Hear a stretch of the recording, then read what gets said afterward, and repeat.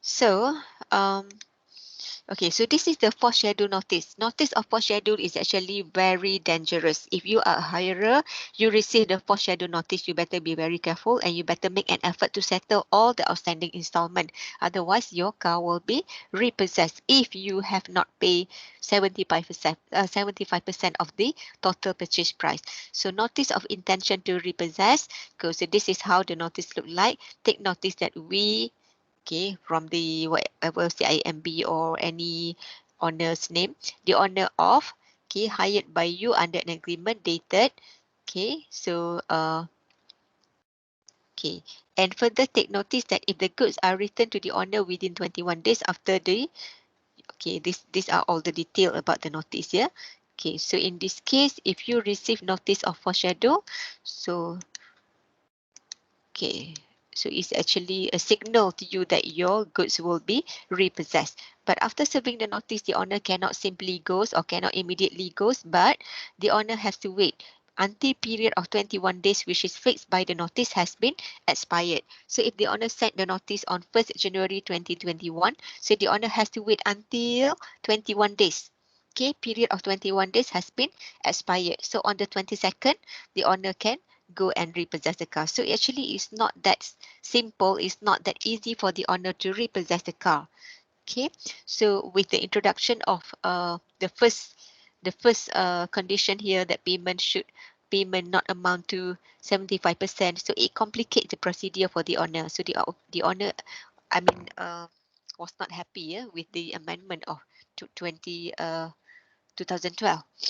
Okay, but as far as the higher risk is concerned, we are actually more happy, okay, compared to the owner. For the if you have paid more than 75%, then you are safe. All right.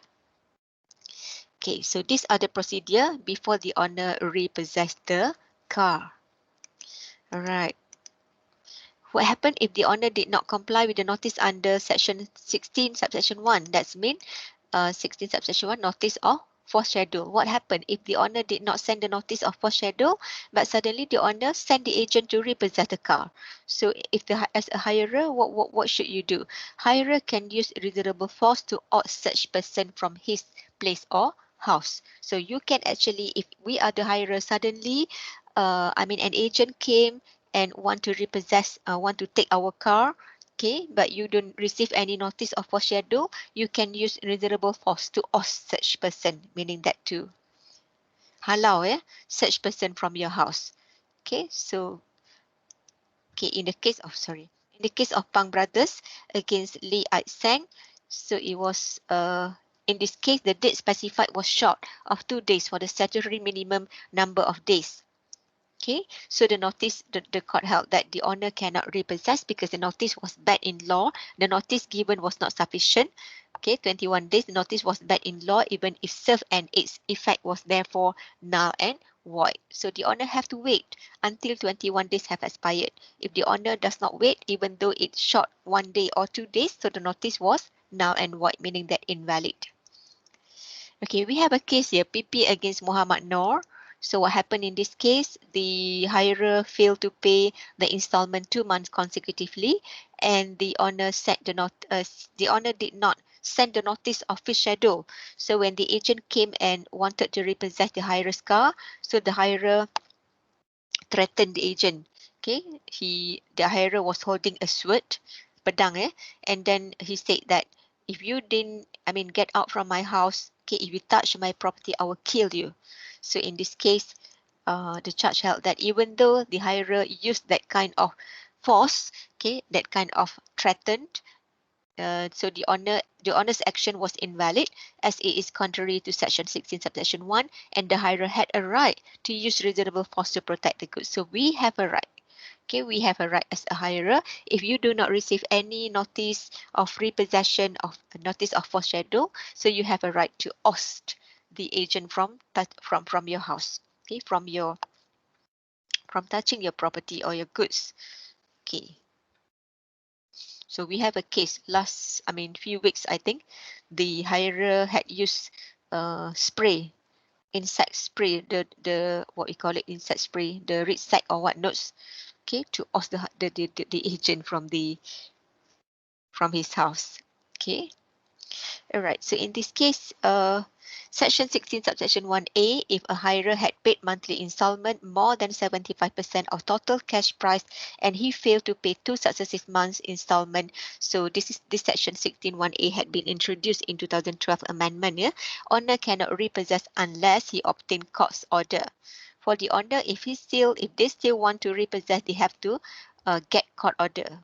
Okay, order from the court to repossess. So this is actually not um, I mean, the section is actually not welcome by the owner because it complicates the procedure. Before this, they do not have such thing. They don't have such the condition, yeah, 75% of total purchase price.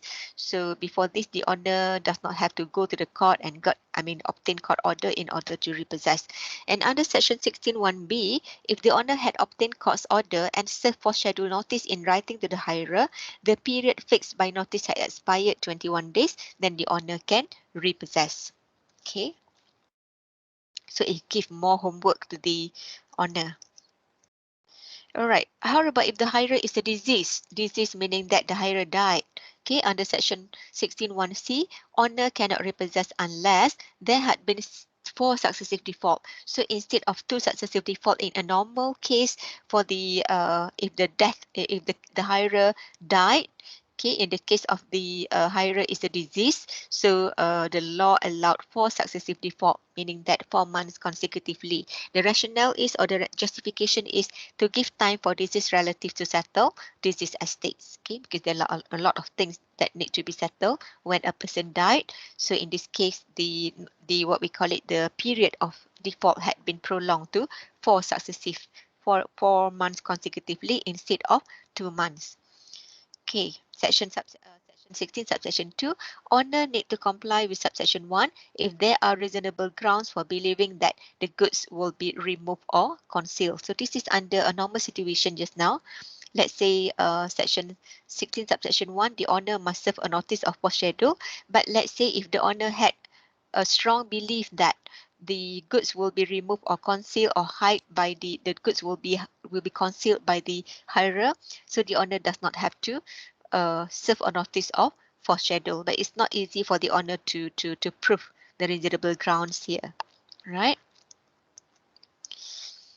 Section 16, subsection 3, within 21 days after the owner has taken possession, he shall serve to the hirer and every guarantor a notice in writing in the form set out in fifth schedule. So don't get confused. This is another notice.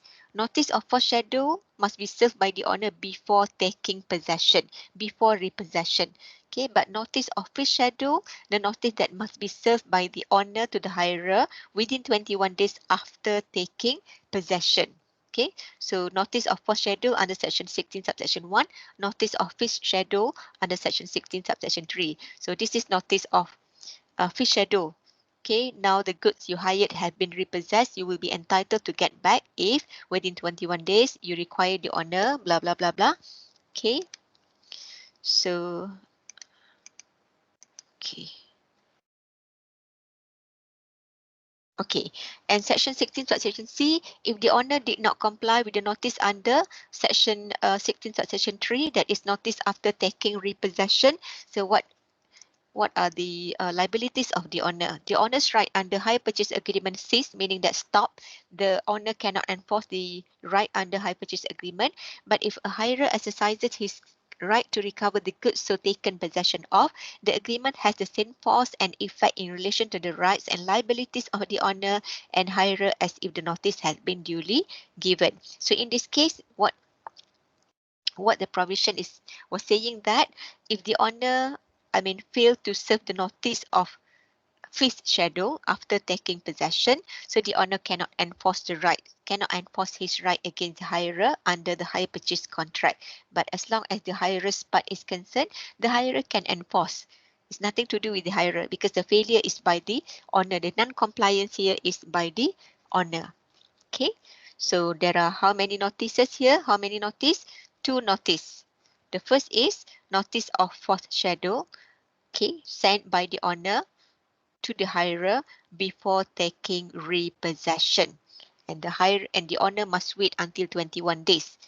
After that, he can go and take repossession and After that, the owner also have to send another notice that is after taking possession, that is notice of fifth schedule. Okay.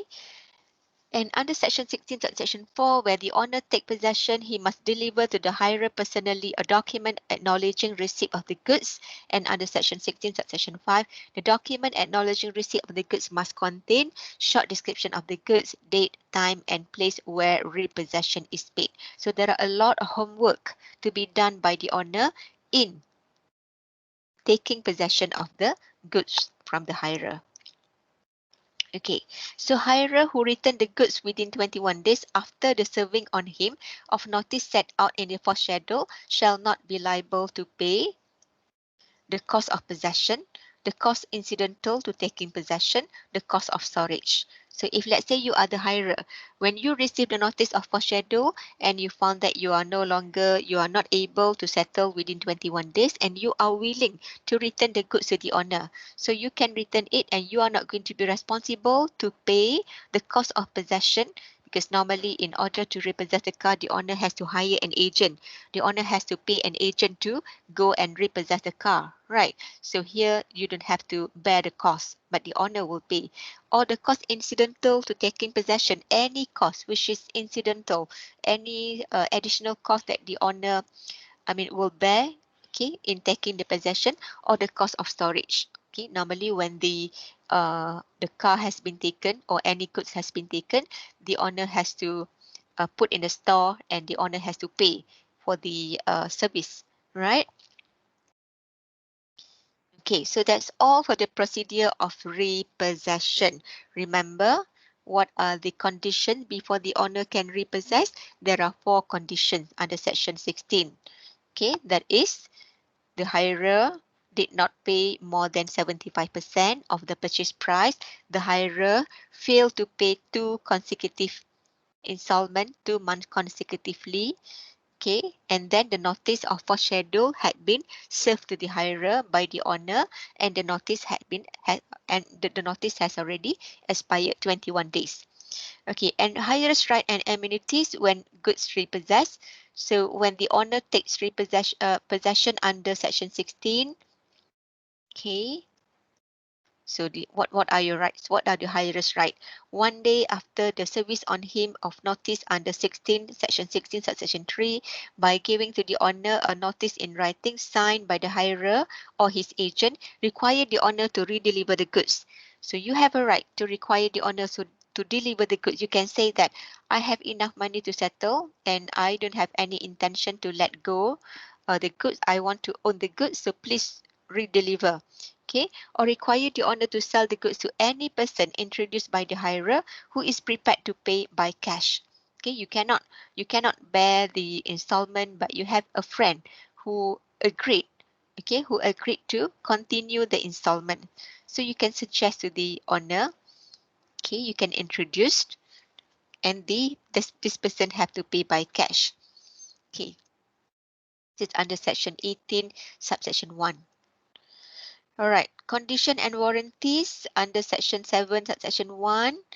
This condition and warranties are also similar to the one that we have studied under sale of goods contract. Implied warranty that the hirer will enjoy quiet possession of the goods. I have already explained what is meant by quiet possession under sale of goods. And implied condition that the owner have a right to sell the goods. Okay, this one also we have covered. So in order to sell the goods, the seller must have uh, a right to sell the goods. He or she is actually the actual owner of the goods. So same application to the hire purchase agreement. And C, an implied warranty that goods shall be free from any encumbrance, any charge or encumbrance in favor of third party. Okay, the goods must free from any mortgage. Okay, and condition and warranty under section 7, section 2. Okay, this one also we have already discussed under sale of goods, and the same application apply here. Implied condition that the goods shall be of merchantable quality, exception, hirer has examined the goods and the defect should have been detected, and also the goods is a second-hand goods. If the second-hand goods, of course, they have no merchantable quality. Okay. All right, I think that's all for the topic of hire purchase agreement. So we have done. We have covered everything, yeah? Okay. All right. So any questions?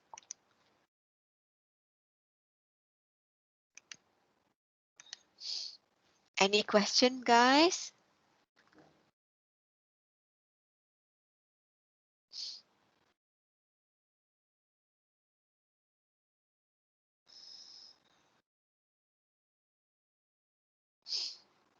So if you have no questions, make sure all of you had submitted your group assignment. All the group had submitted.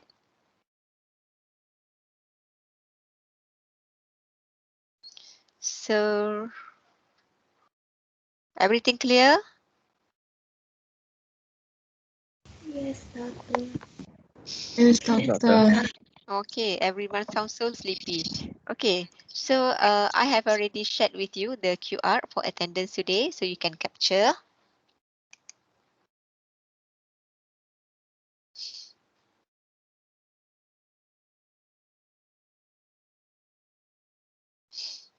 Okay, so I think that's all for today. So please take care of yourself. Stay at home, yeah? So stay safe. Okay. So I will see you next class. All right? Okay, guys. Thank you, Bye. doctor. Thank you, Assalamualaikum. doctor. Thank you, Okay. doctor. Thank you, doctor. Thank you, doctor. Thank you, doctor. Thank you, doctor. Thank you, doctor.